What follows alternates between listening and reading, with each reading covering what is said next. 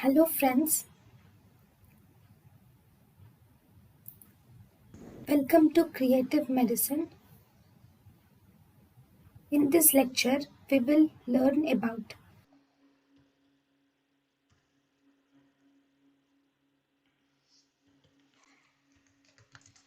optic tract and order neurons. So if you see what is the first order neuron, bipolar cells are the first order neurons, whereas second order neurons will start from the optic nerve. From the optic nerve we have second order neurons, and then third order neuron is present in the lateral geniculate body. So first order neuron is in bipolar cells. First order neuron are bipolar cells.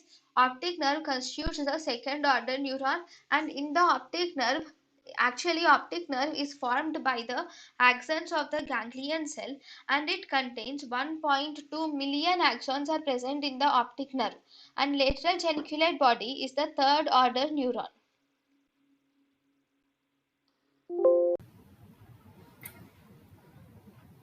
thank you and thank you for watching.